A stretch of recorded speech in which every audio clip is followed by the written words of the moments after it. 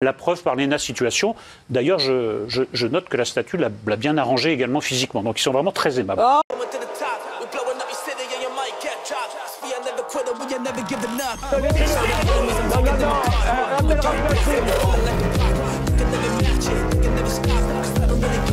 Vous fumez, monsieur? Le football, il a changé. Oui, peut-être. Ouais, c'est Laurent de la Mousse, bienvenue aujourd'hui pour une nouvelle vidéo et j'espère que tout le monde va bien. Messieurs, dames, aujourd'hui on va aborder deux sujets. Le premier, c'est Eric Nolot qui dézingue complètement Lena Situation. Et le deuxième, c'est un petit drama qui est né après un événement qui a complètement retourné Twitch. C'est l'événement de boxe organisé par le streamer Rebeudeter. Un événement qui a fait s'affronter des gros youtubeurs et streamers français. C'est un événement qui a cartonné puisqu'il y a eu plus de 1,2 million de téléspectateurs simultanés sur Twitch. Bref, c'est un carton. Mais à la suite de l'événement, il y a un petit drama sur fond politique, et d'ailleurs, c'est bien dommage, qui a commencé à apparaître entre Rebeudeter, celui qui a organisé l'événement, mais qui a combattu également, et le plus gros youtubeur français, Thibaut InShape. Avant de partir pour cette nouvelle vidéo, c'est le moment de soutenir la chaîne et moi-même en mettant votre plus gros pouce bleu, votre meilleur commentaire. N'oubliez pas de me follow sur Instagram, sur TikTok, de s'abonner à la chaîne principale, la chaîne Mousse. Tous les liens sont en description. Et maintenant que tout ça est fait, on va chercher à boire, à manger, on se met à l'aise et moi je m'occupe du reste. Alors sur la chaîne C8, vous connaissez l'émission TPMP, forcément, on en a déjà parlé sur la chaîne Mousse, mais on a aussi une autre émission juste avant TPMP à 17h50, et cette émission s'appelle Pascal, Eric, Yann et les autres. Alors d'après la description de Canal+, c'est une émission qui revient sur les sujets d'actualité et qui arbitre des débats mouvementés. Et ce 6 décembre, il y avait un sujet sur la table. Lena Situation, une des plus grandes influenceuses françaises, a fait son entrée au musée Grévin. Est-ce mérité ? Oui ou non? Et là, Eric Nolot s'est complètement lâché. Auparavant, pour rentrer au musée Grévin, il fallait avoir fait quelque chose de sa vie. Maintenant, on peut n'avoir rien fait de sa vie et entrer au musée Grévin. La preuve par Lena Situation. D'ailleurs, je note que la statue l'a bien arrangé également physiquement. Donc ils sont vraiment très aimables. Oh, écoutez, oui ou non? C'est vrai, oui, peut-être. Oui ou non? Peut-être. Oui, oui. Oh, bah, écoutez, je ne sais pas, je la connais pas personnellement. Vous voyez ce que je veux dire? Vous la voyez là? Oui, oui. Vous trouvez qu'elle est mieux en cire qu'en vrai? Il me semble. Alors, il commence par dire avant, pour entrer au musée Grévin, il fallait faire quelque chose de sa vie. Et il enchaîne en disant maintenant, on peut n'avoir rien fait de sa vie et quand même rentrer au musée Grévin. Lena Situation en est l'exemple. Alors, sur le fond, moi je suis pas d'accord avec lui, mais peu importe, il a le droit de penser ce qu'il pense. Par contre, sur la forme, je trouve que c'est un petit peu dégueulasse. Un exemple précis, il y a par exemple Squeezie qui est au musée Grévin et on l'a jamais entendu tenir de tels propos. Alors que pourtant, c'est un petit peu la même chose. Elle est influenceuse, bon, lui est youtubeur, streamer, etc. Mais dans le fond, on est un petit peu sur la même lignée. Je trouve ça dommage de réduire au néant tout ce qu'a fait Lena Situation dans sa vie, parce que même si on n'aime pas ce qu'elle fait, on ne peut pas dire quand même qu'elle n'a rien fait de sa vie. Aujourd'hui, ça reste quand même une businesswoman accomplie, et c'est pas parce que son domaine de compétence est un petit peu plus impalpable pour des personnes comme Eric Nolot ou d'autres qu'elle n'a rien fait de sa vie. Moi, personnellement, j'ai pas aimé son intervention, pourtant je suis pas un grand fan de Lena Situation, mais j'ai quand même du respect pour ce qu'elle a fait. Par contre, la deuxième partie de l'intervention, c'est celle qui me dérange le plus. Pourquoi il s'attaque à son physique? Je veux dire, Eric, je sais pas si tu t'es déjà regardé dans une glace, mais on est très loin de Brad Pitt. Et je vais pas tomber dans le même piège et critiquer son physique, mais franchement, c'est dégueulasse comme ça. Alors, sur Twitter, Lena Situation s'est pas démontée et a répondu à tout ça. Elle a dit, mais comment en avoir quelque chose à foutre d'Eric Nolot quand ta maman t'écrit ça? Donc là, elle partage un SMS envoyé sur WhatsApp par sa maman. Salut exceptionnel Lena, qui a sa statue au musée Grévin. Que te dire, je n'ai pas réussi à atterrir depuis mardi. 18h20 en bas de chez moi et après c'est parti en aventure intergalactique. Merci de m'avoir invité à ce moment précieux. Dinguerie, merci pour tout. Je n'arrive toujours pas à réaliser. En plus, tu n'épargnes pas mon cœur depuis. J'ai enchaîné avec tes scores oufissimes pour canapé 6 places et aujourd'hui la vidéo Adidas avec toi et Zizou. Je n'arrive pas à différencier le rêve de la réalité. Quelle grande dame tu es, exceptionnelle. Bravo pour ton acharnement, ta persévérance, ta volonté et tout ce que tu es. Je ne réalise toujours pas, mais je mesure ton génie. Merci de m'avoir fait participer à ça. Je t'aime fort fort, la schtroumpfette. Ce à quoi Eric Nolot a répondu en la reprenant sur l'orthographe, parce qu'elle a dit quand ta maman t'écrit avec un S, donc il a repris sur ça. Donc après avoir réduit à néant sa carrière, s'être moqué de son physique, il l'a terminé en se moquant de son orthographe. On enchaîne avec l'événement de boxe qui était organisé samedi soir par Rebeu des Terres. Événement organisé à l'Accor Arena de Paris qui a réuni 30 000 personnes dans la salle, donc c'est vraiment un événement incroyable. Le gala était retransmis sur Twitch où au pic il y a eu plus de 1,2 million de personnes en simultané qui regardaient les combats. On a retrouvé des youtubeurs et des streamers comme Le Bouzeux, Prime, Brox, Jilcy, etc. Alors l'événement c'était vraiment une réussite en termes d'organisation, de show, franchement bravo à eux.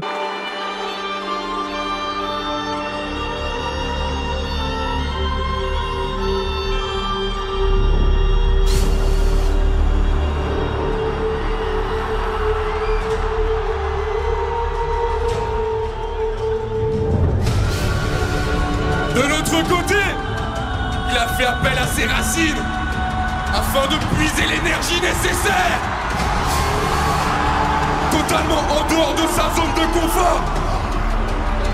Il a fait une transformation physique. Il a pris ça très au sérieux.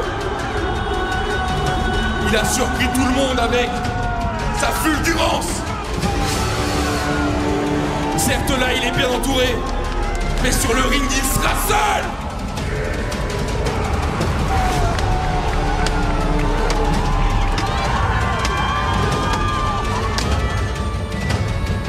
Mesdames et messieurs, dans le coin rouge, représentant la team Wilkinson, du bruit pour le Bouzeux.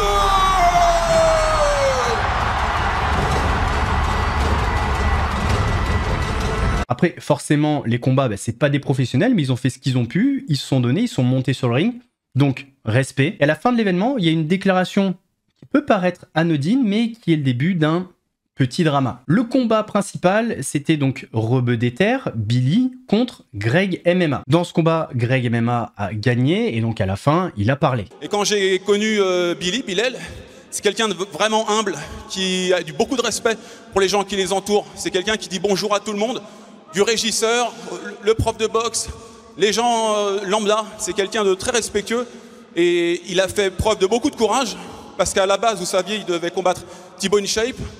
Ça s'est pas fait, il a choisi moi, donc Greg MMA. Et non, personne savait que Billy devait affronter Thibaut InShape. C'était un secret en fait, ça s'est pas fait. Et forcément, après l'événement, la presse lui a posé la question. Il a parlé de Thibaut InShape initialement, ça c'est une info que j'avais jamais donnée, mais de base ça devait être lui mon adversaire.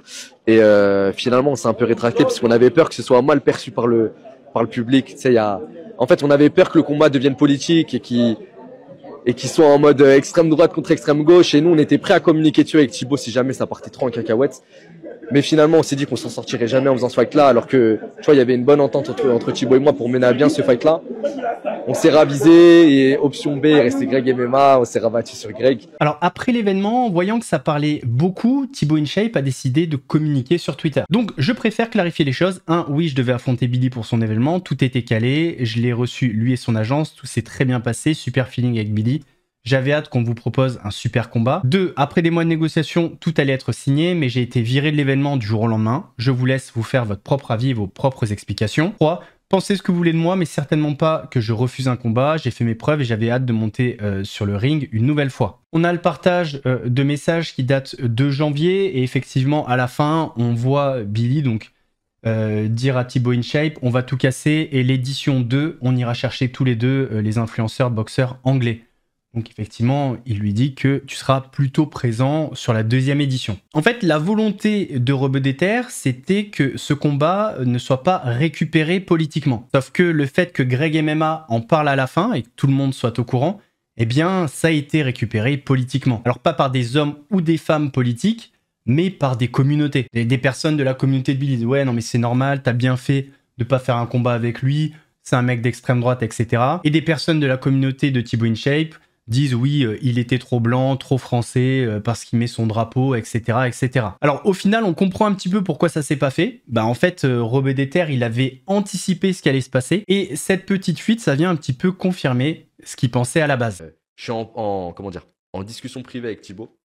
Il aurait pas dû faire son tweet. Il aurait pas dû faire son tweet parce que il a dévoilé une discussion privée qu'on a vue ensemble. Ça, c'est des choses qu'il faut pas faire normalement. C'est des choses qu'il faut pas faire. Surtout qu'il a mon numéro, on aurait pu s'appeler, on aurait pu parler en DM et tout. Mais moi, jamais, en fait, j'ai voulu parler de Thibaut InShape depuis le début de l'événement. C'est pour ça que personne ne savait, même vous, je vous en ai jamais parlé. Hein, parce que j'avais aucune volonté de le mettre à mal, de l'éteindre, de le traîner dans la boue. Et en fait, quand Greg, il a dit ça à la fin du mois, mais Greg, il savait pas, Miskin, il savait pas.